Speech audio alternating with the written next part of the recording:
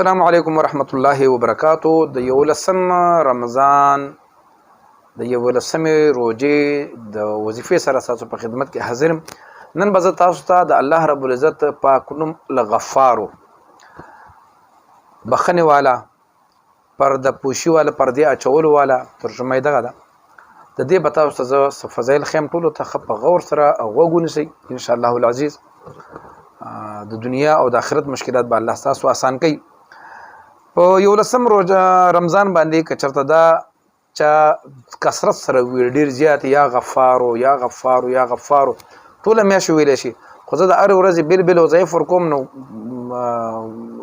یو خو زموږ دا ویډیوګانې نور ملګرو سره شیر کوم یا نورو ته هم ښایي، نو دې کې به دا وي چې د دنیا او د آخرت ستا که هغه یې ووایي نو تا ته به د هغې اجر میلاویږي. نو که چېرته د 11 رمضان باندې چا سل ځل یا غفار ووي نو الله رب العزت به د ټولو نه مخکې څه چلو کړي، د مغفرت غټه خبره مغفرت ده. مغفرت چې بخښنه، الله رب العزت بخښنه د ده بخښنه کوي، ځکه چې موږ خو ډېر کمزور یو انسانان، کم ګناهونه کېږي. او یو به دا کار وکړي چې د دنیا چې کوم معاشي تنګي چې کومه ده، د پیسو کمی چې کم دی، هغه به الله رب العزت هغه به یو الله ختم کړي او یو به ورته بې حساب رزق الله ورکړي. دا جد څومره د کمال خبره ده. هر سړی په رزق پسې منډې وي، خو د آخرت دپاره دی کې د آخرت او د دنیا دواړو فایده شته دی. یو خو به الله رب العزت بخښنه وکړي چې کوم ګناهونه دنه شوي دي، که صغیره دي که کبیره دا ګناه، یو خو به دا وشي. او په دغه ورځ باندې په دې 11 رمضان باندې که چېرته د مازدیګر د لمونځ نه پس دی یا غفارو اغفر لي دا دې وي، نو الله رب العزت به د ده نوم د بخښل شوي کسانو په لیست کې به الله رب العزت ولیکي. او په دغه ورځ باندې دی که نورم دغه دی که چېرته دا وایي نو یا غفارو سره به د ده غلط خواهشات د زړه چې دي نو هغه به الله رب العزت ختم کړي.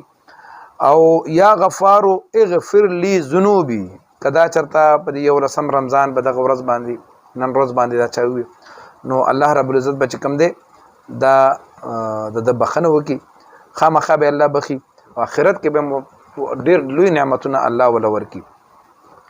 او د یا غفارو سره چې کله مونږ مغفرت د الله نه غواړو یا استغفار غواړو نو الله رب العزت زموږ هغه حاجتونه پوره کوي چې کوم مونږ ته نه غواړو، هغه الله په خپله پوره کوي. نو مغفرت دی پکې، د رزق تنګي به ختمیږي او دومره رزق به ورته میلاویږي چې د ده په ګمان کې به هم نه وي.